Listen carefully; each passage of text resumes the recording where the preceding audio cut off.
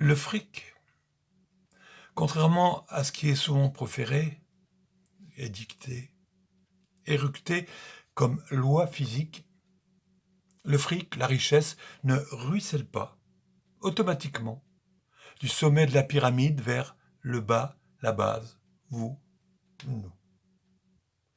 Les tuyauteries sont complexes et assez bien étudiées pour pallier à la fatalité de la gravitation.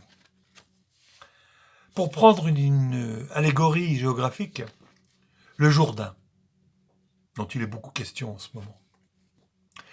Le Jourdain est un fleuve significatif au départ, mais lorsqu'il se jette, après maintes pérégrinations, dans la mer Morte,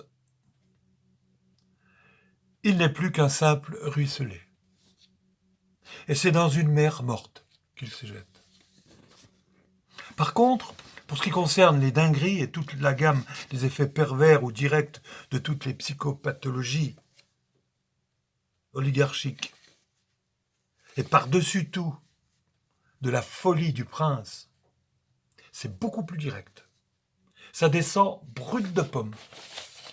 Et ça arrose sans problème les foules, sentimentales ou pas. Et par retour de manivelle, ça peut expliquer, et là on n'est plus dans la physique, mais dans l'éthologie, ça peut expliquer en partie l'état d'esprit ambiant, l'état des esprits des gens, en général et en particulier.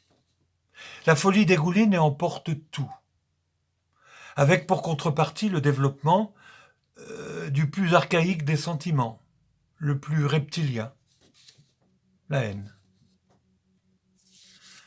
Un état de droit devenu inapproprié à cette situation empêche toute thérapie et condamne les gueux, et bien plus, d'assister, impuissants, jusqu'au dernier jour, c'est à craindre, au désastre annoncé, programmé, décidé.